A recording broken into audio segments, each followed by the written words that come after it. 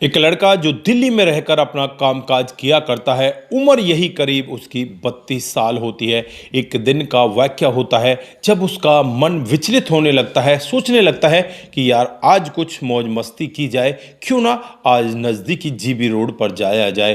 दोस्तों, ये सब सोचकर पहली बार वो इस तरह से जीबी रोड पर पहुंच जाता है। वहां जाने के बाद जो उस कोठे की मालकिन होती है, इसे देखते ही कहने लगती है कि सेठ जी, बड़े दिनों के बाद आए हो, क्या रास्ता भूल गए थे?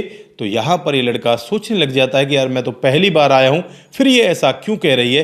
फिर इसे एक लड़की दिखाई जाती है। दोस्तों, लड़की क्या, वो तो एक महिला ही थी। उसकी उम्र भी ऐसी ही करीब 30 से 32 साल होती है और उस महिला का नाम नैना होता है। जब ये लड़का उसे कमरे के अंदर लेकर जाता है तो ये बस वहाँ पर जाने के बाद सोचने लग जाता है कि यार मैंने इसको कहीं देखा है और ये अपना नाम नैना क्यों बता रही है। इसका नाम तो नैना नहीं है, इसका नाम तो दूसरा है। फिर यहाँ पर उसे पूछने लगता है कि आपका नाम क्या है। तो वो कहती है कि मेरा नाम नैना है। और इस धंधे में आप कितने दिनों से हो? तो वो कहती है कि 18 सालों से इस धंधे में हूँ। दोस्तों, अब यहाँ पर वो मन ही मन सोचने लगता है और उसके साथ कुछ भी नहीं करता और उसे पैसे देकर वहाँ से वापस जाने लगता है। नैना कहने लगती है कि साहब, पहले ऐसे आदमी हो जो इस तरह से यहाँ से वापस जा रहे हो, यहाँ आने का क्या मतलब था? तो वो कहता है कि क्या अगली बार मैं जब आऊँगा तब तुम मुझे मिलोगी? तो वो कहती है कि हाँ हाँ साहब, क्यों नहीं मिलूँगी, आप आना, मैं यहीं पर तो रहती हूँ। आप अगर मेरे साथ ही मिलना चाहते हो तो किसी को पूछ लेना कि नैना कहाँ है, मुझे नैना से मिलना है। दोस्तों, अब यहाँ पर ये लड़का वापस चला जाता है। वापस जाने के बाद ये अपने दोस्तों को फ़ोन करता है। दोस्तों से कहता है कि यार तुम मेरे पड़ोस के गांव में जाकर देखो, वहाँ पर एक लड़की हुआ करती थी जिसका नाम प्रतिमा है, जो 7वीं 8वीं और 9वीं क्लास में हमारे साथ पढ़ा करती थी। वो कहाँ है, उसके बारे में कुछ पता कर सकते हो क्या? तो यहाँ पर वो कहने लगते, क्या उसको कहीं देखा है? तो वो कहता है कि नहीं नहीं, बस ऐसे ही पूछ रहा था, मेरा मन कर रहा है। दोस्तों, अब यहाँ पर वो दोस्त उस पड़ोस के गांव में जाते हैं और उस प्रतिमा के घर पर पहुँच जाते हैं। वहाँ जाकर उनके माता पिता से पूछने लगते हैं कि प्रतिमा की कहाँ शादी हो गई, क्या कर रही है, कितने बच्चे हैं? तो वो घर वाले रोने लग जाते हैं, कहने लगते हैं कि प्रतिमा की कोई शादी नहीं हुई। साल 2000 का वाक़या है, जब प्रतिमा एक दिन यहाँ से स्वेटर के लिए ऊन लेने के लिए गई थी। उसके बाद से उसका पता ही नहीं कि वो कहाँ पर है, जिंदा है या मर गई है। किसी को उसके बारे में कुछ पता ही नहीं। दोस्तों, घर वालों की आंखें नम हो जाती हैं। उसके बाद ये दोस्त वापस अपने घर आता है। घर आने के बाद अपने दोस्त जिसका नाम होता है पंचम, उसके पास फ़ोन करता है। पंचम को पूरा वाक़या बताया जाता है। पंचम यहाँ पर ये वाक़या सुनकर एकदम से शौक में आ जाता है। दोस्त भी पूछने लगता है कि यार हुआ क्या? तो वो कहता है कि कुछ नहीं, बस ऐसे ही। दोस्तों, उसके बाद ये मन ही मन सोचने लगता है कि ये लड़की तो वही है, लेकिन यहाँ पर आई कैसे? दोस्तों, ये पंचम जो होता है, इस प्रतिमा को मन ही मन प्यार करने लगा था जब ये 9वीं क्लास में पढ़ते थे, लेकिन ये एक दूसरे से कभी ये सब बातें कह ही नहीं पाए थे। और फिर अचानक से ये प्रतिमा गायब हो जाती है। दोस्तों, इतने दिनों के बाद अब ये मिली है, यानी कि 2000 में गायब हुई थी, 2018 में मिली है। 18 साल इसको गायब हुए हो गए हैं। दोस्तों, अब यहाँ पर वो वापस उसी कोठे के अंदर जाता है। फिर से वही कोठे की मालकिन, उसका वही घिसा पिसता डायलॉग, आ गए आप, बहुत दिन हो गए, आप तो आ ही नहीं रहे थे। दोस्तों, इस तरह के वही डायलॉग बाजी करती है। पंचम इस कोठे की मालकिन से कहने लगता है कि मुझे नैना के पास जाना है। तो वो कहती है कि 100 रुपये पहले मुझे देकर जाओ, उसके बाद आगे बढ़ो। फिर उसे वो 100 रुपये देकर जाता है और सीधे नैना के पास पहुंच जाता है। नैना रूम में बैठी होती है और नैना अब इसे देखकर कहने लगती है कि साहब, उस दिन तो ऐसे ही चले गए थे, क्या आज दोबारा तुम्हारा मन कर गया है? तो यहाँ पर जो लड़का है पंचम, वो कहने लगता है कि हाँ हाँ, दोबारा मन कर गया। अब पंचम उससे पूछने लगता है कि तुम्हारा नाम क्या है? वो बताती है कि मेरा नाम तो नैना है। लेकिन पंचम कहता है कि क्या तुम्हारा कोई और भी नाम है? अब ये लड़की सोचने लगती है कि ये कह क्या रहा है। पंचम कहता है कि तुम किसी प्रतिमा नाम की लड़की को जानती हो?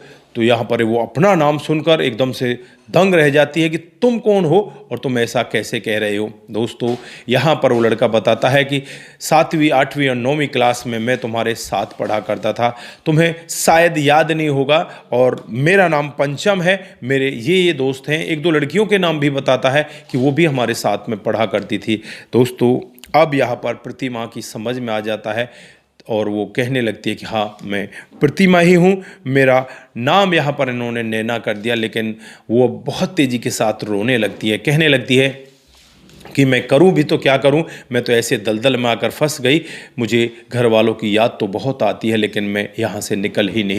अब ये प्रतिमा रोने लगती है और कहने लगती है कि मेरा भी मन यहाँ से निकलने का किया था लेकिन मैं कैसे निकलती, मैं तो ऐसे दलदल में फंस गई थी। पूरी कहानी जब ये अपनी डिटेल से बताती है तो ये बताती है कि जब वह स्वेटर के लिए ऊन लेने के लिए जा रही थी तभी एक बैन गाड़ी इसकी बगल में आकर रुकती है और उसके बाद इस बैन गाड़ी में से बिठा लिया जाता है। उसके बाद इसे होश ही नहीं होता। जब होश आता है तो एक ऐसी जगह पर ये पहुंच चुकी थी जहां पर शरीर इस तरह से बेचा जाता है, देह व्यापार होता है और फिर वहाँ लगातार इसके साथ में ऐसा ही काम हो रहा होता है। ये बहुत रोती है, बहुत इधर उधर मदद मांगने की कोशिश करती है लेकिन कोई भी ऐसा व्यक्ति इसे नहीं मिला जो इसकी मदद कर सके। उसके बाद 6 महीने तक तो इसे धूप तक नहीं देखने दी जाती।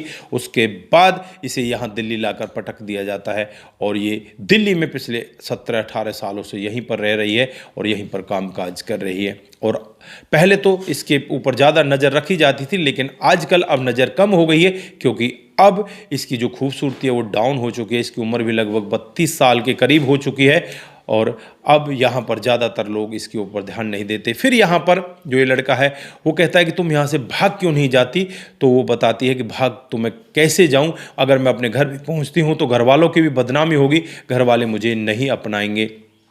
दोस्तों अब ये लड़का कहने लगता है कि मैं तुम्हें अपनाना चाहूँ तो यहाँ पर वो कहने लगती है कि तुम्हारी पत्नी नहीं है क्या, तो ये भी बताता है कि मेरी पत्नी मुझे छोड़कर भाग गई, मेरी एक 11 साल की बेटी है जो अपने ननिहाल में रह रही है। से वापस पश्चिम बंगाल जाता हूँ तो अपनी बेटी से मिला करता हूँ, इसी तरह से मेरा कामकाज चल रहा है लेकिन मैं तुम्हारे साथ रहना चाहता हूँ, तुमसे शादी करना चाहता हूँ।